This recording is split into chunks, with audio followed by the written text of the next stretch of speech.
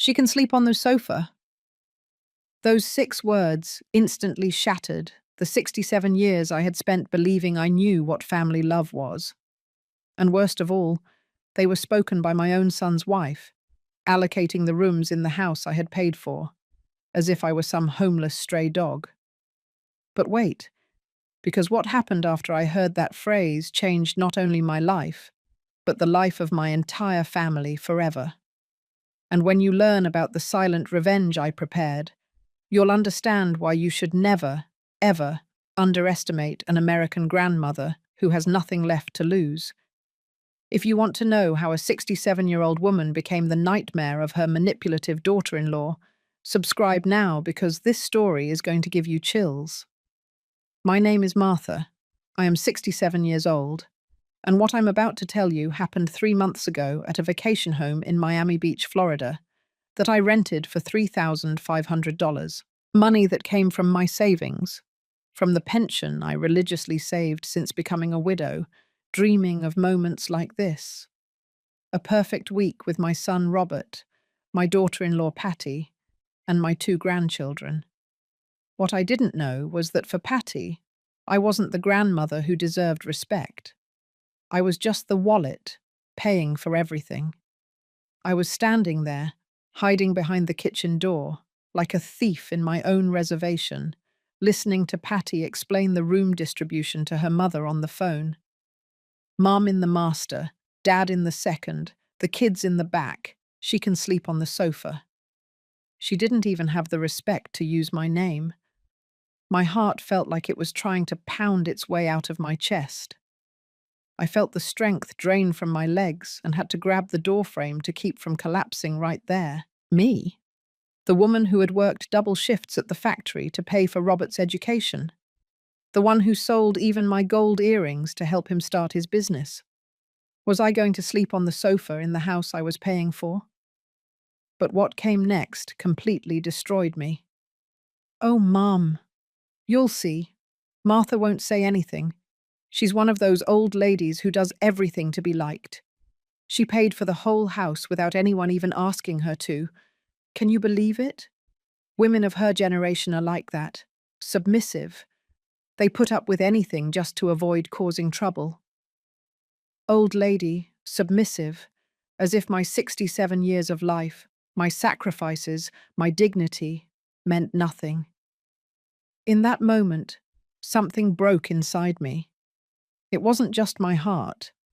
It was that image I had of myself as the understanding mother-in-law, the grandmother who always says yes, who never causes problems. That night, while they toasted on the terrace with the wine I had bought, celebrating their free vacation, I stayed alone in that kitchen looking out at the ocean. And for the first time in 3 years since I became a widow, I didn't cry from sadness. I cried from pure rage. Robert, my Robert, where was he while his wife was humiliating me? On the terrace shouting, "My love, the Wi-Fi is working perfectly for my video conferences." Video conferences during the family vacation his mother had paid for. But Patty made a mistake that night. A mistake that would cost her everything she had built by manipulating my son. Because when you think you have someone completely controlled, you relax, you become careless. And careless women leave their cell phones unlocked in places where submissive old ladies can find them. What I discovered on that phone in the early hours of the morning not only confirmed that Patty was worse than I imagined. She was a monster who had been planning to completely destroy me. But what she didn't know was that she had just woken up the wrong beast. Because when a woman my age decides she's no longer going to be submissive, she doesn't do it quietly anymore. And when she decides it's time for justice, oh my God, the justice that's coming. What I found on that cell phone chilled my blood and set in motion the most perfect revenge you can imagine. To understand how I ended up in that kitchen crying with rage while my daughter-in-law distributed my house, I have to tell you the story of a woman who believed that unconditional love always returns multiplied. A woman who was wrong. My story with Robert began when I was just 23 years old, and became a widow with an 8-month-old baby in my arms. Robert's father died in a construction accident, and I was left alone with a child and no inheritance other than debt and a broken heart. Do you know what it's like to get up every day at 4 in the morning to go to the garment factory, working 8 hours sewing school uniforms, and then rushing to Mrs. Rodriguez's house to pick up your son and take him to your second job cleaning offices until 10 at night? I did that for 18 years straight. Robert was my world, my reason for existing. Every dollar I earned had his name written on it. When he turned 5 and told me, "Mummy, I want to be an engineer like Billy's dad," I promised him he would be, even if I had to work myself to death. And I kept that promise. I sold his father's wedding ring to pay for private high school. I sold my gold earrings, the only ones I had, for his college textbooks. I worked Saturdays and Sundays to pay for his engineering supplies. When he graduated with honors from the Technological University, I was in the front row in my dress mended 3 times, but with the proudest heart in all of California. Robert was a good son, hard-working, respectful, affectionate.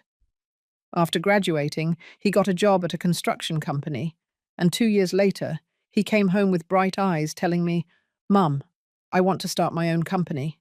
I have a partner. We have the projects. We just need initial capital." Initial capital? I had exactly $1,200 saved after 20 years of work. I gave it all to him, without asking, without conditions, because that's what American families do. When a son has a dream, the mother makes it possible. Robert's company grew. Within 5 years, he had contracts for over $500,000 annually. He bought his house, his truck, started dressing smartly, and I was still in my same little 2-bedroom house, but happy. Happy because my sacrifice had been worth it. Until Patty came along. I met her one Sunday after church. Robert introduced her to me on the steps of the rectory. "Mum, this is Patty. She's an administrator. She works at a bank." It was clear he was in love. His eyes sparkled in a way I hadn't seen since he was a child. Patty was kind to me from day one, maybe too kind. Always with perfect smiles, always saying the right words. "Mrs. Martha, Robert is so lucky to have such a hard-working mother." "Mrs. Martha, all the love you put into raising him is obvious." "Mrs. Martha, Robert tells me you made many sacrifices for him." At first, I thought it was good manners. Later, I understood it was strategy. I ignored the first signs because I didn't want to see what was happening. Like when Robert started cancelling our Sunday lunches because Patty had family commitments, or when he stopped calling me every day as he had for 30 years. "Patty says married men need their space," he explained, as if apologizing. Space? I wasn't taking his space. I just wanted to continue being his mother. But Patty was smart, very smart. She never attacked me directly. She never disrespected me to my face. She was more subtle, more poisonous, like when she organized family dinners and forgot to invite me. "Oh, Mrs. Martha, I'm so sorry. It slipped my mind to call you. We're so few people that I didn't think." But she invited her mother, her sisters, her aunts. I always found out later, when Robert told me how much fun they had, or when she started changing the decoration of Robert's house. "Patty has really good taste, Mum. The house looks more modern." Photos of me with Robert when he was a child disappeared from the refrigerator. The throw pillows I had crocheted for the sofa were replaced with more elegant ones. Little by little, my presence was erased from my own son's house. The hardest blow was when the grandchildren were born, David and Sophia, my darlings, my reasons for living after I became a widow. Patty used them as a weapon. "The children need routine, Mrs. Martha. They can't be visiting so often. The children get confused with so many different rules. It's better if they only come on weekends." Weekends turned into once a month. Once a month turned into special days. Special days turned into whenever we can. And Robert, my Robert, let it happen. Every time I said something, he would reply, "Mum, Patty is right. She studied these things. She knows how to manage a modern family." Modern family. Since when did respect for parents go out of style? But what really broke my heart was the day I turned 65. I waited all morning for Robert to arrive with the children. I had made his favorite turkey and mashed potatoes. I had bought a small cake from the bakery. I had set the table nicely with the tablecloth I embroidered when he was little. Robert arrived alone, at 8 in the evening, rushing with a guilty look. "Sorry, Mum. The day got complicated. Patty organized a family meal and—" "A family meal without me?" I asked, and I saw his gaze break. "Well, well, it was Patty's cousin's birthday too, and they decided to combine them, and—" That's when I understood. I was no longer family. I was the uncomfortable obligation that had to be attended to when there was spare time. That night, alone in my kitchen, eating cold turkey and looking at my untouched cake, I made a decision. I wasn't going to beg for love. I wasn't going to plead for attention. I was going to maintain my dignity and wait for Robert to remember who had been there when his world fell apart. 3 years passed since that birthday. 3 years in which I tried to be the perfect mother-in-law, the grandmother who doesn't bother, the woman who settles for the crumbs of affection she's given. Until that invitation to Miami Beach came, which I thought was the golden opportunity to win back my family. How foolish I was. But that night, hiding behind the door, listening to Patty call me a submissive old lady, I understood something that changed me forever. I hadn't lost an ungrateful son. I had raised a good man who was being manipulated by a calculating woman. And if Patty thought she could keep playing with me as she had for 5 years, she was about to find out how wrong she was. Because what I found on her cell phone that morning not only confirmed her intentions, it showed me how far she was willing to go to take away the only thing I had left, my home. The call came one Tuesday afternoon while I was watering my geraniums in my small backyard. It was Patty, and her voice sounded strangely cheerful, almost affectionate. "Mrs. Martha, how are you? Look, I have a wonderful idea and wanted to consult you." Consult me. That word made me feel important for the first time in years. Patty never consulted me about anything. She didn't even notify me when family plans changed. "Tell me, dear," I replied, and even now I'm embarrassed to admit the hope that was in my voice. "I was thinking it's time for the whole family to take a vacation together. The children are growing up so fast. And well, you look a little tired lately. How about we all go to the beach? Like in the movies, a big house facing the ocean, everyone spending time together, making up for lost time." My heart started beating faster. Had she said, making up for lost time? Had Patty finally realized how distant we had become? "Oh dear, that sounds wonderful," I said, and my voice cracked a little. "It's been so long since we've had real family time." "Exactly. That's why I thought of you first. Robert is so busy with work, and I'm so busy with the kids, that sometimes we forget how important it is to be united, especially now that my mum is so lonely since she became a widow last year." Her mum? That's where I should have raised the alarms, but I was so excited about the idea of a whole week with Robert and my grandchildren that I didn't fully process what she had said. "And where were you thinking?" I asked, already imagining myself building sandcastles with David and Sophia. "Well, I was looking, and Miami Beach has some beautiful vacation homes, with private pools, ocean views, a yard for the kids to play. It would be perfect. The problem is—" She paused, and like a fool, I took the bait. "What problem, dear?" "Well, With the kids' school expenses and Robert's business expansion, we're a little tight this month. But don't worry, we'll find a way. Maybe instead of a week, we could just go for a long weekend to a simpler hotel. A simpler hotel. I had already dreamed of that house facing the ocean, of waking up to the sound of the waves and watching my grandchildren run on the beach. How much would the house you mentioned cost? I asked, although I already knew where this conversation was going. Oh, Mrs. Martha, I don't want to worry you with those things. It's about $3,500 for the week, but it's super well equipped. It has 5 bedrooms, a full kitchen, a terrace with an ocean view, even cleaning service included. But as I said, don't worry, we'll find something cheaper. $3,500, exactly what I had saved in my emergency account.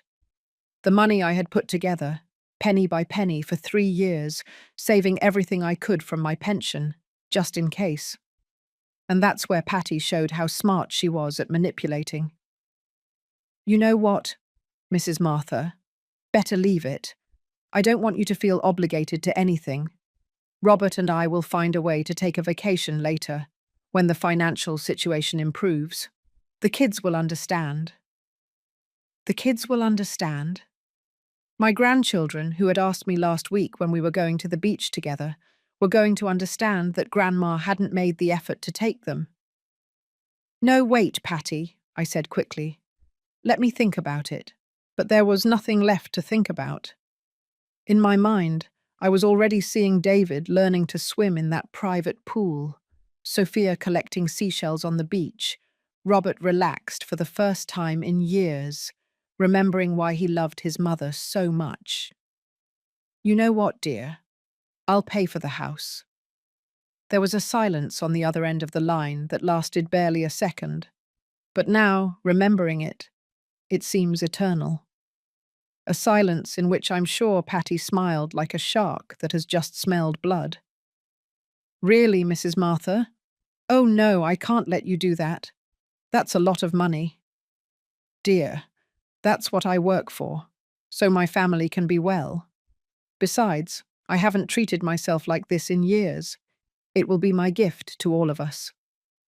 But Mrs. Martha, are you sure? I just don't want you to feel— I'm absolutely sure, I interrupted her. In fact, I'm excited to be able to do it. It's been so long since we organized something like this as a family. Oh, that's exciting. The kids are going to be thrilled. And Robert is going to be so grateful. He always says you're the best mum in the world. Robert says that. My heart swelled with joy. Maybe things weren't as bad as I thought. Maybe this was the opportunity we had been waiting for to be the united family we once were. Just let me book the house right now before we lose it, Patty said urgently. Can you give me your card details? I should have said that I would make the reservation myself. I should have asked for more details. I should have paid attention to how quickly she had accepted my offer. But I was so excited, so full of hope after years of feeling excluded, that I gave her all my information without thinking twice. Done, Mrs. Martha. It's booked from August 15th to the 22nd, a whole week of family time. It's going to be perfect. How exciting, dear. And does Robert know yet? I'm going to tell him as soon as he gets home from work. He's going to be thrilled that you made this possible. That night, I went to bed feeling like the luckiest woman in the world. I had invested my savings in something worth more than any amount: quality time with my family. A whole week where we could talk, laugh, and remember why we loved each other. I dreamed of breakfasts on the terrace overlooking the ocean, with Robert telling me how the business was going while we drank coffee, with Patty and me cooking together for the whole family, with my grandchildren running toward me shouting, "Grandma!" on that perfect beach. How naive I was. Because what I didn't know was that Patty already had everything planned. She already knew exactly what that week would be like, who would sleep where, and what my place would be in her vacation home. What I also didn't know was that the call on Tuesday hadn't been a coincidence, and that what Patty had planned for me was much worse than sleeping on a sofa. The flight to Miami Beach was the last time I truly felt happy on that vacation. David and Sophia were thrilled, asking me every 5 minutes if we had arrived yet, if the pool was huge, if we were going to see sea turtles. Robert looked relaxed for the first time in months, and even Patty seemed in a good mood. "Mrs. Martha, how smart you were to choose this house," she told me as the plane descended. "The children are going to have precious memories of this vacation." I smiled, my heart full. I had finally done something right. I had finally managed to give my family something valuable. But from the moment we arrived at the house, something felt strange. The house was beautiful. I won't deny it. Exactly as Patty had described it. White, modern, with an immense terrace that opened straight onto the turquoise ocean, a yard with palm trees, and a pool that sparkled under the Florida sun. It was the paradise I had imagined in my dreams. The problem wasn't the house. The problem was how Patty acted from the second she set foot in the entrance. "Kids, come here. I'm going to show you your room," she shouted, taking the keys from the driver and walking as if she owned the place. "Robert, my love, bring the heaviest bags. Mrs. Martha, don't worry about a thing, just relax." Relax? I wanted to participate. I wanted to see the rooms, choose where I would stay, explore the kitchen where I planned to prepare special breakfasts for them all week. But Patty had already taken total control. "Look how lovely," she was saying, opening doors and windows as if it were her home all her life. "Robert, this is our room, isn't it perfect? It has a walk-in closet and a private bathroom with a jacuzzi." Then she ran to another room. "Kids, come see, you have bunk beds and an incredible view of the yard." I followed her like a tourist in my own reservation, carrying my small bag, waiting for her to assign me a spot in the paradise I had paid for. "And Mrs. Martha," she finally said, almost as if she had forgotten about me, "you can stay in the guest room. It's very comfortable. It has its own bathroom, and it's nice and cool with the air conditioning." The guest room. In the house I had rented, I was the guest, but that wasn't the worst part. The worst part was realizing that the real lady of the house was neither Patty nor me. It was Linda, Patty's mother, who arrived that same afternoon in a taxi from the airport, as if it had been planned all along. "Dear, what a beautiful house you chose," she shouted to Patty while hugging her. "The rooms are spacious, and that terrace, perfect for my morning yoga." Her morning yoga. Did Mrs. Linda already know where she was going to exercise in my house?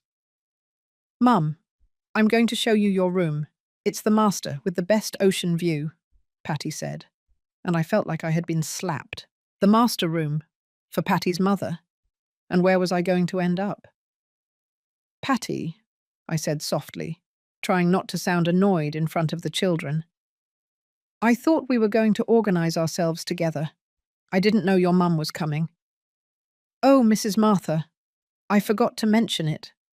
My mum is going through a very difficult time since she became a widow, and I thought this vacation would do her a lot of good. You understand, right? Women our age need family support."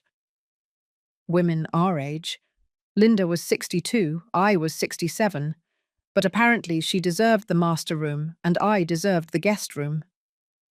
"Of course, dear," I replied, because what else could I say?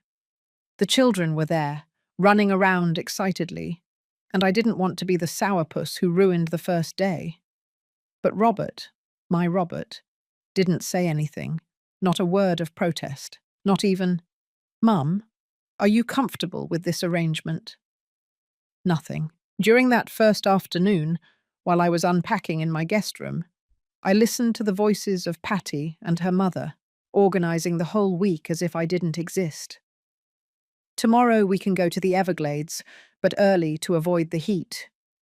Wednesday is perfect for the snorkeling tour. The kids will love it. Friday, we can have the special dinner on the terrace. I brought my secret recipe for crab cakes. Her secret recipe? In the kitchen that I was paying for. I went down to the living room expecting to join the family planning, but when I arrived, Patty and her mother had already finished organizing everything. Mrs. Martha, have you settled in? Look, we have the whole week planned. It's going to be amazing. They showed me a handwritten list with all the activities, schedules, even the menus for each day. Everything decided without consulting me, as if I were a last-minute boarder in my own paid vacation. And what can I do to help? I asked, trying to sound useful. Oh, don't worry about a thing, Patty told me with that smile I was starting to hate. Just relax and enjoy yourself. Linda and I have it all organized. Linda and I, as if they were the hostesses and I was the guest who had to be grateful for being included. That night, during the dinner they had prepared with the ingredients I had paid for, I had to sit at the end of the table while Patty and her mother occupied the head seats, like the true matriarchs of the family. Robert was absorbed in his cell phone, answering work emails. The children ate excitedly, recounting everything they wanted to do the next day, and I felt like an invisible ghost at my own table. Mrs. Martha, you can stay resting at the house tomorrow if you like, Linda told me with false consideration. The Everglades tour is very strenuous for, well, you understand. For what? For old ladies like me? No, thank you. I'm going, I replied with more firmness than I had used in years. I've always wanted to see the alligators. Patty and her mother exchanged a look that I didn't like at all. Of course, Mrs. Martha. Whatever you prefer, Patty said. I just warn you that it's a lot of walking in the sun.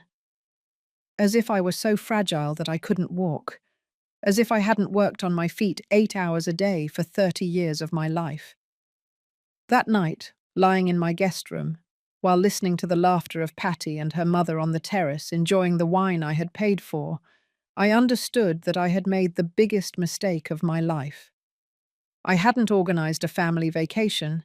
I had paid $3,500 to be humiliated in high definition in front of the Caribbean Sea. But what came the next day made me understand that the humiliation was just beginning. And when Patty thought I was asleep and I heard her phone conversation with her sister, I knew that everything had been a trap from the beginning. The second day in Miami Beach was when I understood that I hadn't come on vacation. I had come to witness my own destruction as the matriarch of my family. It all started in the Everglades. Despite Patty's warnings about how strenuous the tour would be for me, I was the first one on the bus and the last one to get tired walking among the mangroves. While Linda complained about the heat every 5 minutes and Patty looked for shade to take perfect selfies, I listened to the guide explain the Florida history with the curiosity of a child. Grandma, did you know that the Seminole were super clever? David asked me, holding my sweaty hand as we walked toward the observation tower. Of course, my love, and they were very brave too, I replied, carrying him when he got tired, even though Patty shouted from behind, Mrs. Martha, don't carry him. You'll hurt your back. Hurt my back? I had carried Robert until he was 5 years old while working double shifts. But the real humiliation began that night, when we returned to the house, exhausted and happy. The children had fallen asleep on the way. Robert carried them to their room, and I headed to mine to take a shower and wash off the day's dust. When I opened my room door, I froze.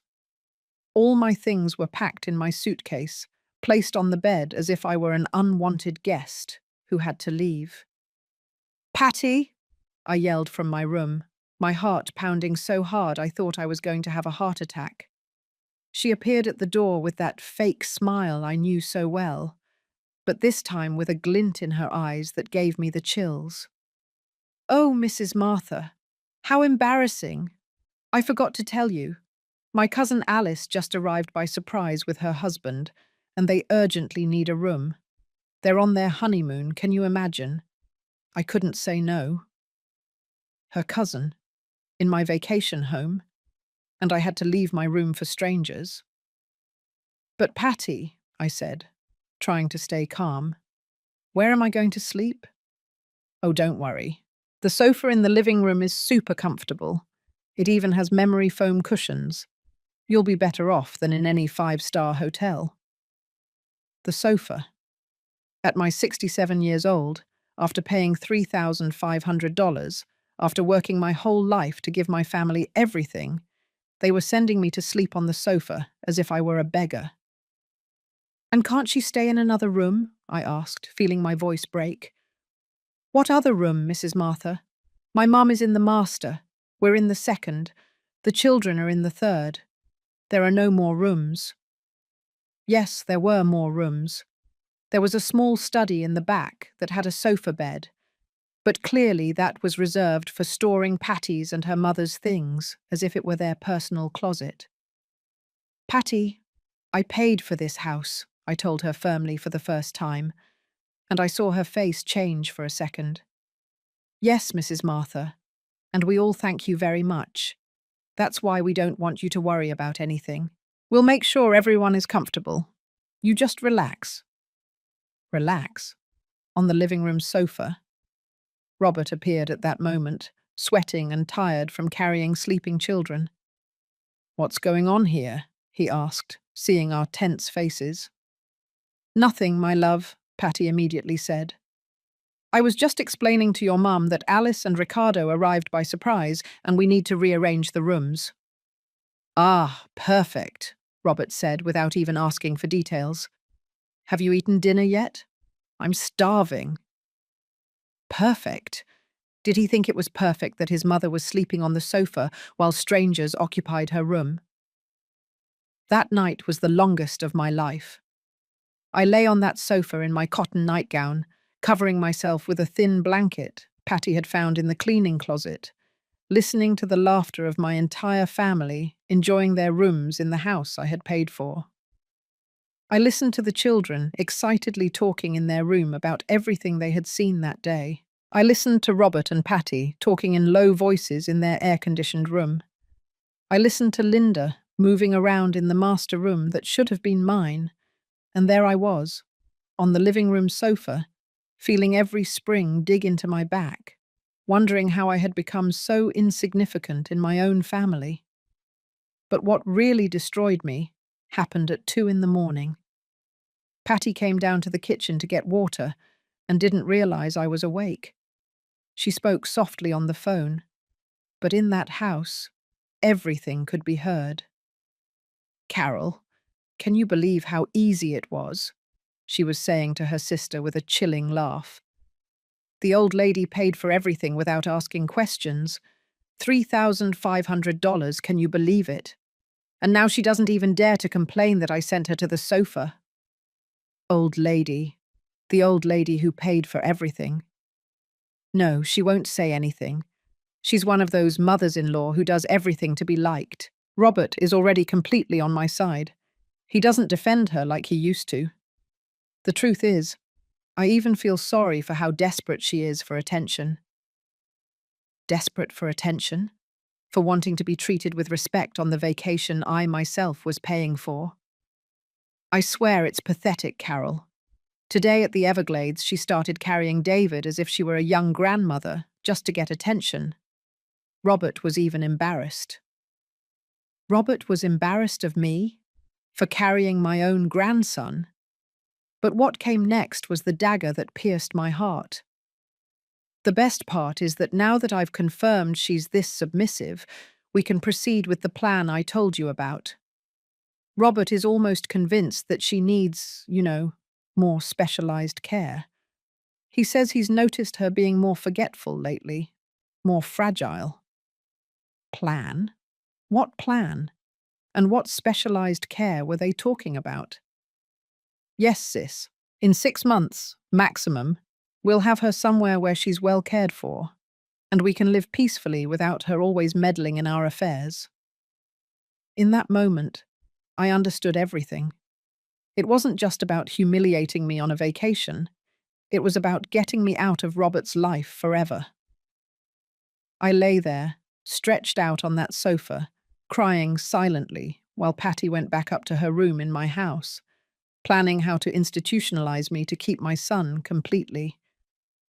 For the first time in my life, I felt like I wanted to die. I felt like I had nothing left to fight for, that I had raised a son who saw me as a nuisance, that I had given my whole life for a family that considered me a problem to be solved. But then, something happened inside me, something I hadn't felt since I was 23 years old and widowed with a baby in my arms. Rage. Pure rage that burned inside me like volcanic lava.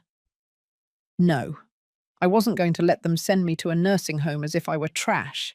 I wasn't going to allow Patty to destroy everything I had built with so much sacrifice. And I definitely wasn't going to keep being the submissive old lady who settled for scraps. Because what Patty didn't know was that that night, while she slept peacefully believing she had me controlled, I found her forgotten cell phone in the kitchen. And what I discovered there gave me the weapons to destroy her perfect world. At 4 in the morning, when I could no longer pretend I was asleep on that sofa that had become my torture bed, I decided to get up for water. My back hurt, as if I had been beaten, and my eyes were swollen from crying silently.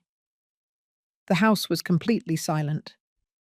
I could only hear Linda's distant snoring from the master room, which should have been mine, and the ocean waves, which now sounded like a mockery of my suffering.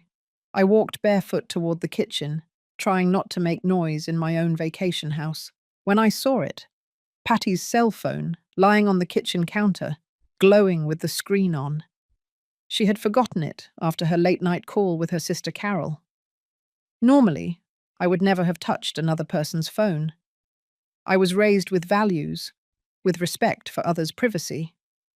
But after hearing her call me old lady and pathetic, after finding out they had a plan to institutionalize me, I had no dignity left to protect. I picked up the phone with trembling hands. The screen was unlocked. Patty had been so careless in her triumph that she hadn't even set a password.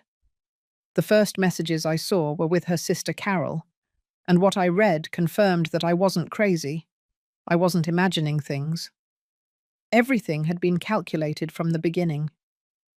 Carol, did you convince her to pay? Patty, super easy.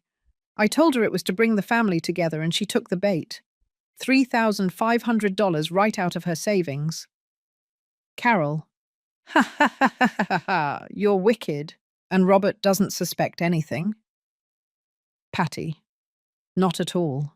He's so caught up in the business problems that he doesn't even notice what's happening at home. Business problems?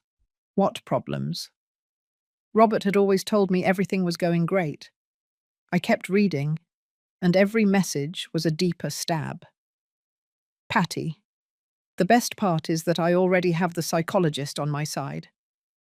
I told him the mother-in-law is very forgetful, that sometimes she doesn't recognize the grandchildren, that the other day she forgot to turn off the gas.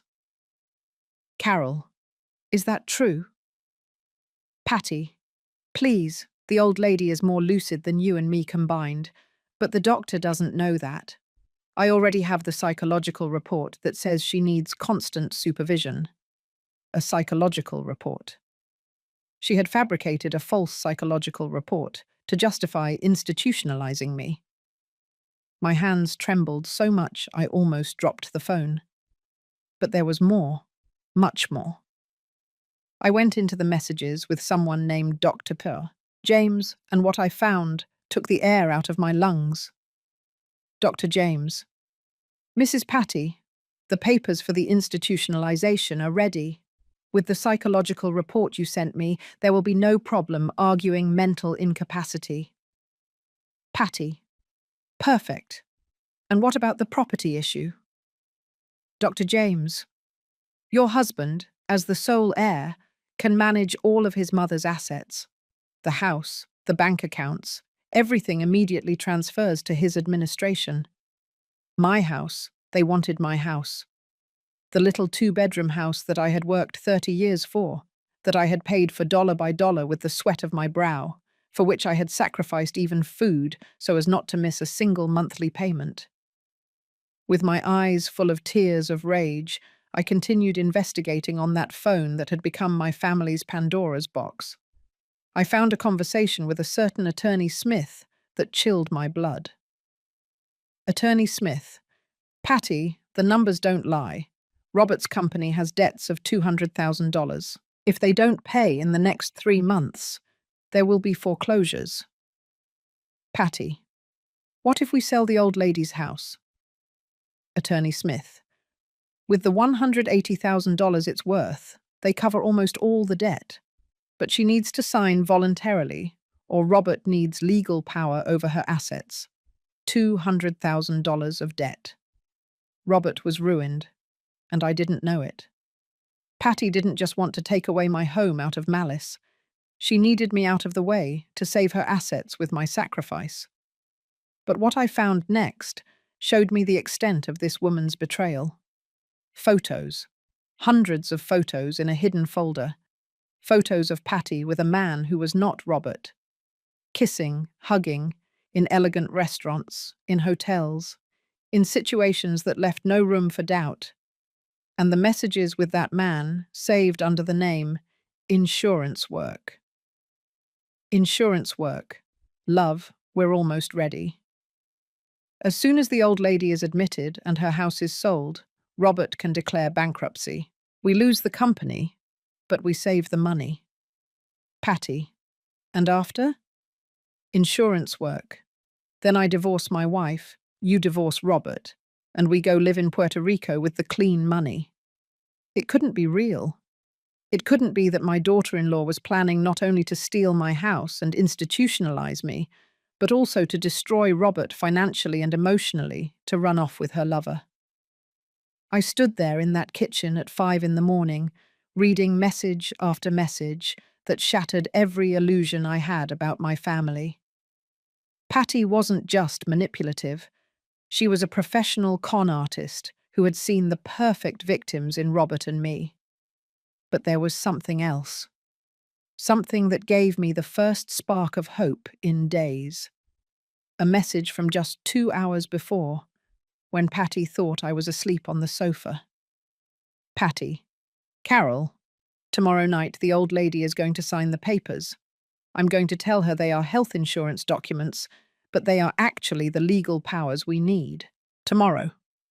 I had less than 24 hours before they made me sign my own civil death sentence. At that moment, standing in that kitchen with my enemy's phone in my hands, I made the most important decision of my 67 years of life. I was no longer going to be the victim. Silently, I took photos of every message, every conversation, every compromising image. My old cell phone took forever to save each screenshot, but I didn't care. I documented everything, every betrayal, every lie, every piece of evidence that Patty was not who she pretended to be. When I finished, I put her phone back exactly where I had found it and returned to my sofa. But I was no longer the same woman who had gone to bed crying 3 hours earlier. Now I was a woman with information, a woman with evidence, a woman who knew exactly what she was fighting against. Patty had made the biggest mistake of her life, underestimating an American woman who had raised a son alone, who had worked double shifts for 30 years, and who had survived everything life had thrown at her. That morning, while she slept peacefully, believing she had everything under control, I began to plan the most perfect revenge you can imagine. Because if Patty wanted to play dirty, she was about to discover that she had chosen the wrong opponent, and that this submissive old lady had cards up her sleeve that she never would have imagined. The dawn of the third day in Miami Beach found me completely different. I was no longer the broken woman who had gone to bed on that sofa. I was a woman with a mission, to protect what I had built in 67 years of life, and to teach Patty that she had chosen the wrong victim. While the rest of the house slept, I was already awake, mentally organizing every piece of information I had discovered. The photos of the lover, Robert's secret debts, the plan to institutionalize me, the forced sale of my house. Everything was connected like a macabre jigsaw puzzle, and I was the only one who had the full picture. The first thing I did was act normal. When Patty came down for breakfast with her usual fake smile, I already had the coffee ready and was making scrambled eggs and hash browns for the whole family. "Oh, Mrs. Martha, how did you sleep? Did you sleep well on the sofa?" she asked me with that sweet voice I now knew was pure poison. "Very well, dear," I lied to her with the best smile I could muster. "Even better than in my bed at home. This sea air relaxes me so much." I saw her shoulders relax.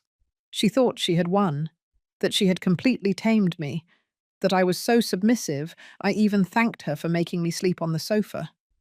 How wrong she was. During breakfast, while Robert checked his work emails with a worried look and the children planned their day at the beach, I observed Patty like a hawk studies its prey before attacking. Every gesture, every word, every glance she exchanged with her mother Linda. "Robert, my love," Patty said, while pouring him more coffee, "don't you think your mum looks a little tired lately?" There it was, the first move of her plan to make me seem mentally fragile. "Mum?" Robert looked at me attentively for the first time in days. "Are you feeling okay? I noticed you were a little quiet last night." "I'm perfect, son," I replied firmly. "It's just that at my age, I don't have the energy you young people have. But mentally, I'm clearer than ever." Patty frowned for a fraction of a second. She didn't like my answer. She expected me to confirm her narrative of weakness. "It's just that I've noticed her being a little, how should I put it without offending you? A little absent-minded," Patty insisted. "Yesterday at the Everglades, she forgot where she put her purse like 3 times." A lie, I had never forgotten anything, but Robert nodded as if he remembered something. "Now that you mention it, at home too. The other day I came home, and you had left the stove on, Mum." The stove on? I had never done that in my life, but I saw Patty smile subtly. She had been planting those ideas in Robert's head for months, maybe years. In that moment, I understood the diabolical genius of her plan. It hadn't just been about humiliating me on this vacation. It had been a long, slow process of making my own son doubt my mental capacity. And I had been so focused on trying to be the perfect mother-in-law that I hadn't realized it. "Robert," I said, looking him directly in the eyes, "I have never in my life left the stove on, not for one day. In fact, I always check twice before leaving the house." "Of course, Mrs. Martha," Patty intervened quickly. "It was surely an unimportant oversight. It happens to all of us." But I wasn't going to let her control the narrative anymore. "Patty, since we're talking about oversights," I said with an angelic smile, "didn't you forget your cell phone in the kitchen last night? I saw it there when I got up for water." She went pale, completely pale. "My cell phone?" "Yes, right there on the counter. Good thing I put it in the drawer so it wouldn't fall. Wouldn't want anyone to see it lying around." The way she looked at me in that moment confirmed that she knew that I knew, but she couldn't say anything in front of Robert and the children. I spent the rest of the day being the perfect grandmother. I played with David and Sophia in the pool, told them stories of when their father was little, carried them when they were tired of swimming. But mentally, I was working on my plan. Every time Patty tried to make a comment about my supposed mental fragility, I proved the opposite. I remembered details she had forgotten, solved problems no one else could. I even helped Robert with some calculations for his work that he had on his cell phone. "Your mum was always very good with numbers," he told Robert, and I saw Patty get annoyed because it didn't fit her narrative of the senile mother-in-law. In the afternoon, when Patty went for a walk on the beach, which I knew was to talk to her lover without being heard, I took the opportunity to approach Robert. Son, I said to him while we were alone on the terrace, how's the business? You look very worried. His face immediately changed.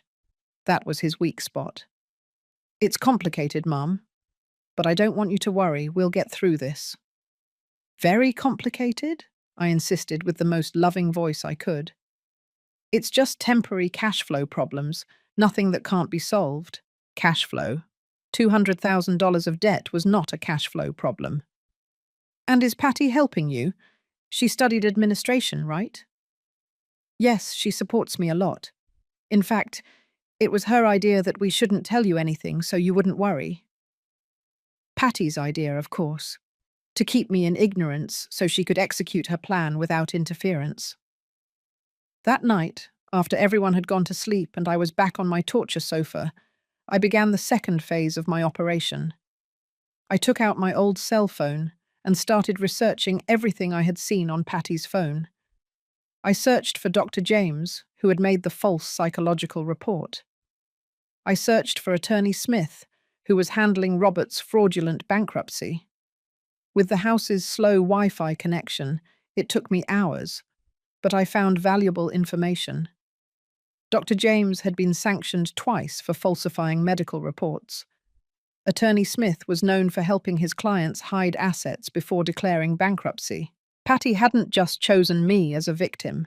She had built an entire network of professional accomplices to execute her scam. But the most important thing I did that night was call my neighbor, Doris. Doris, it's Martha. Sorry for calling so late. Martha, how's the vacation? Did you relax a little? Doris, I need you to do me a very important favor and not tell anyone we spoke. I explained everything, every detail of what I had discovered, every piece of evidence I had photographed. Doris had been my friend for 20 years. I knew I could trust her. Martha, are you sure about all this? I have the proof, Doris. Photos of everything. But I need you to go to my house early tomorrow and check if anything strange is there, anything Patty or Robert might have changed. Of course. And Martha, be very careful. If that woman is capable of everything you're telling me, we don't know what else she's capable of. When I hung up the phone, I stayed there in the darkness of the living room, feeling for the first time in days that I wasn't completely alone. I had an ally. I had information. I had evidence. And for the first time since I arrived in Miami Beach, I truly smiled. Patty had made many mistakes, but the biggest of all had been believing that because I was 67 years old, I was automatically harmless. She had underestimated the power of a woman who had raised a son alone in the hardest years in America, who had worked to exhaustion to support her family, who had survived poverty, widowhood, and all the small betrayals that life throws in your path. The next day, I would discover that my plan was just beginning, and that Doris's call would bring me information that would completely change the game in my favor. Doris's call came at 8 in the morning of the fourth day, while I pretended to read a magazine on the terrace, and Patty prepared breakfast, singing as if she were the happiest woman in the world. She had no idea that her perfect world was about to collapse. Martha, I found something terrible in your house, Doris whispered to me on the phone, and my heart raced. What did you find? Someone was going through your documents. The drawer where you keep the house papers was messy, and Martha, something is missing. The original property title isn't there. My blood ran cold. Patty had sent someone to steal my house papers while I was in Miami Beach. Her plan was more elaborate than I had imagined. But relax, Doris continued. I found it. They dropped it behind the filing cabinet when they were taking it out. The clumsy people didn't notice. Thank God. Without those papers, I had no way to prove the house was mine if Patty managed to make me sign a power of attorney. Doris, I need you to do one more thing. Go to the public registry of property and get a certified copy of my title. Let it be officially recorded that I am the sole owner. I'm on my way. And Martha, I also spoke with my friend John, the lawyer. I told him everything, and he says what they're doing is aggravated fraud. He says that with the evidence you have, Patty could go to jail for up to 10 years. 10 years. The information gave me a sense of power I hadn't felt since I arrived at this cursed vacation house. After hanging up, I stayed sitting there, watching Patty serve scrambled eggs with the falsest smile in the world, knowing that in a few hours she was going to ask me to sign the papers that would take everything away from me. But I already had my own plan in motion. During breakfast, while Robert played with the children in the pool and Linda read a magazine in the yard, Patty approached me with a look of feigned concern. "Mrs. Martha, I need to talk to you about something important."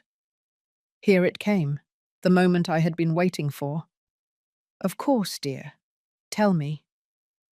"It's about your health insurance. Robert asked me to help you update some documents because the legislation has changed, and if we don't sign them before returning to New York, you could lose all your benefits." Liar. What a professional liar. "What kind of documents?" I asked, feigning total innocence. "They are just some powers of attorney so Robert can handle procedures for you when necessary. You know how complicated government offices are. It's better to have everything prepared just in case." Just in case they institutionalized me, she meant. "And where are those papers?" "I brought them from New York. I have them in my suitcase. You just need to sign them with 2 witnesses. And I already asked my mum to help us." Her mum as a witness. How convenient. "You know what, Patty? That sounds perfect. But first I want to consult with my own lawyer, just as a precaution." Her face completely changed. "Your lawyer? Why, Mrs. Martha? They are standard health insurance documents." "It's just that I'm old, dear. And at my age, it's better to be cautious with everything one signs. Don't you think?" "But Mrs. Martha, we need to sign them today. Tomorrow there's no time because it's Saturday and the offices are closed." Of course, urgency is always part of scams, pressuring the victim so they don't have time to think. "Don't worry," I told her with my best naive grandmother smile. "My lawyer also works Saturdays. I'll call him right now." And yes, I called him. But it wasn't my lawyer. It was Doris's friend John, who was already waiting for my call. "Attorney Smith, this is Martha Morales. My friend Doris gave me your number." "Mrs. Martha, Doris already told me everything. Are they trying to make you sign something?" "Yes, right now. They say they are health insurance documents, but we already know the truth." "Perfect. This is what you're going to do." Attorney John explained every step of my new strategy. I wasn't just going to prevent them from scamming me. I was going to turn the tables completely. That afternoon, while Patty nervously paced around the house because I hadn't signed her papers, I made my master move. I called Robert when he was alone on the terrace. "Son, sit down. I need to tell you something very important about the business." He immediately tensed up. "What is it, Mum?" "I know you have debts of $200,000. I know the company is bankrupt. And I know Patty has been hiding very important information from you." He was speechless, literally with his mouth open. "How? How do you know that?" "Because your wife is not as careful as she thinks, and because a mother always knows when her son is in trouble." "Mum, I didn't want to worry you. Patty said it was better." "Robert," I interrupted him. "Did you know Patty wants me to sign legal powers so you can sell my house without consulting me?" "What?" "No, Mum. The papers she told you to sign were for health insurance." I saw it in his eyes. Robert wasn't completely involved in the scam. Patty had been manipulating him too. "Son, Tomorrow we're going to have a family meeting. You, Patty, her mum, and me. And you're going to hear some things about your wife that will change your life forever. Mum, you're scaring me. What are you talking about? That your wife is not who you think she is, and that tomorrow night you'll know the whole truth. That night, lying for the last time on the living room sofa of my vacation house, I smiled up at the ceiling. Patty had spent all day trying to convince me to sign her papers. She had tried to pressure me, manipulate me. She had even cried, feigning distress, telling me she just wanted to help me. But it was too late for her, because while she believed I was a scared old lady who didn't know how to defend herself, I had been moving pieces on a chessboard she didn't even know existed. Tomorrow, on that very terrace where I had felt so humiliated, Patty was going to discover that she had made the biggest mistake of her life. And when Robert saw the photos of his wife with another man, when he heard the recordings of their conversations, when he knew how she had planned to destroy his own mother, that's when he would know who the woman he had married truly was. The last day in Miami Beach dawned perfectly. Blue sky, crystal clear ocean, gentle breeze moving the curtains on the terrace. It seemed even the weather knew something important was going to happen that day. Patty woke up early, more nervous than ever. She had tried all night to convince me to sign her papers, even getting to the point of tears, telling me Robert would be angry with her if we returned to New York without the signed insurance documents. What a great actress. She even knew how to produce fake tears.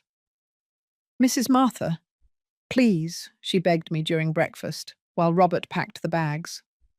"It's only 2 signatures. The attorney says if we don't submit them today, they'll cancel your medical policy." "I already told you, dear. I want my lawyer to review everything first. This afternoon, after lunch, we'll have the meeting you proposed." I saw her exchange desperate glances with her mother Linda. Her perfect plan was crumbling, and she didn't know why. At 4 in the afternoon, when the sun began to set and painted the sky in golden colours, I called the whole family to the terrace. "Family," I said in a firm voice, "I need to talk to all of you about something very important before we return to New York tomorrow." Robert sat next to me, Patty and her mother opposite. The children were watching cartoons in the room. It was the perfect moment. "Patty, you said I needed to sign some health insurance documents, right?" "Yes, Mrs. Martha, so you don't lose your benefits." "And you said they were standard documents, that nothing would happen if I signed them." "Exactly." I took out a folder I had prepared during the morning, a folder with all the evidence I had collected. "Then you won't mind if I read exactly what these papers say, right?" She went pale, but nodded because she had no other choice. "These are not health insurance documents, Patty. They are full legal powers of attorney that would give Robert total control over my house, my bank accounts, and would allow him to institutionalize me in any facility he deems necessary." Robert jumped in his chair. "What, Patty? What is my mum talking about?" "Robert, calm down," Patty said in a trembling voice. "There must be a misunderstanding." "There is no misunderstanding," I interrupted her, and took out the first photo from the folder. "This is a photo of the messages on your cell phone, where you tell your sister Carol that I am a submissive old lady who paid for the vacation without asking questions." Robert took the photo and looked at it. The colour drained from his face. "What is this, Patty?" Patty tried to snatch the photo from him, but I had already taken out the second one. "This is another photo where you talk to Dr. James about a false psychological report to justify that I need constant medical supervision." "Robert, your mum went through my cell phone. It's a violation of privacy," Patty shouted, but she already sounded desperate. "Is this true, Patty?" Robert's voice was broken. "Did you make a false medical report about my mum?" "For your own good. For our good. Your mum needs special care, and you're too busy to notice. Here's the third photo, I continued relentlessly. Your messages with Attorney Smith about the $200,000 of debt in Robert's company and how you plan to sell my house to pay them. Robert stood up as if he had been struck by lightning. $200,000? Patty, you told me it was only $50,000. Robert, calm down. We'll fix it. No, my son shouted for the first time in years. Don't tell me to calm down. You've been lying to me about everything. But I wasn't finished yet. I took out the most devastating photos. And these, Robert, are the photos of your wife with her lover in luxury restaurants and hotels, while you worked like a dog trying to save the business. The silence that followed was deafening. Robert took the photos with trembling hands. Photo after photo of Patty kissing another man, hugging another man, in situations that left no room for doubt. Who is he? Robert asked with a voice I had never heard from him before. A broken, empty voice. Patty was crying, but these were no longer manipulative tears. They were tears of terror because she knew everything was over. Robert, I can explain. Who is he? My son yelled with all the fury accumulated from years of being deceived. He's someone who understands me, who supports me. Your husband supported you. Your husband worked his tail off to give you the life you wanted. Then I dropped the final bomb, the one that would make everything explode. Robert, here are the messages where Patty plans to divorce you once they sell my house, to go live in Puerto Rico with this man and the money they took from our family. Robert read the messages in silence. I watched his tears fall onto the paper. You were going to leave me? He asked Patty, with the voice of a hurt child. After everything I did for you, you were going to leave me with nothing? Robert, please, we can fix this. Linda, who had been silent the whole meeting, finally spoke. Patty, is all this true? Mum, you knew about the plan. You helped me. And that's where Linda showed that she at least had some decency that her daughter didn't. I knew you wanted Robert to manage his mother's finances. I didn't know there was a lover, that there were false medical reports, that you had made me an accomplice to a scam. Patty's family fell apart in 5 minutes. Robert was crying from rage and pain. Linda was yelling at her daughter for having deceived her. Patty cried, asking for forgiveness that was already useless. And I sat there, watching justice be served after years of humiliation. Robert, I said in a soft voice, your wife not only wanted to steal my house, she wanted to destroy you too. She wanted to leave you without a family, without money, and without a home. My son looked at me with eyes full of tears, and for the first time in years, he was my little boy again. Mum, forgive me. Forgive me for not believing you. Forgive me for letting her treat you like that. There's nothing to forgive, son. A mother always protects her children, even if they don't realize it. Patty tried one last time to save her own skin. Robert, please, we can go to couples therapy. We can fix this. But Robert was no longer the manipulable man he had been for 5 years. No, Patty, it's over. Tomorrow I start the divorce proceedings. And when Patty realized that she had lost everything, her husband, her family, her perfect plan, and that she now faced years in prison for fraud, her last card was to threaten me with something that chilled my blood and changed the course of this entire story. Patty's final threat came when she had nothing left to lose. When she realized that Robert was not going to forgive her, that her mother had repudiated her, and that all her evidence was in my hands, she showed her claws one last time. Fine, she yelled with a voice I had never heard from her, full of pure venom. If you're going to destroy me, I also have information that can destroy you. Robert and I looked at her, not understanding what she was talking about. Robert, your precious company didn't go bankrupt because of bad luck.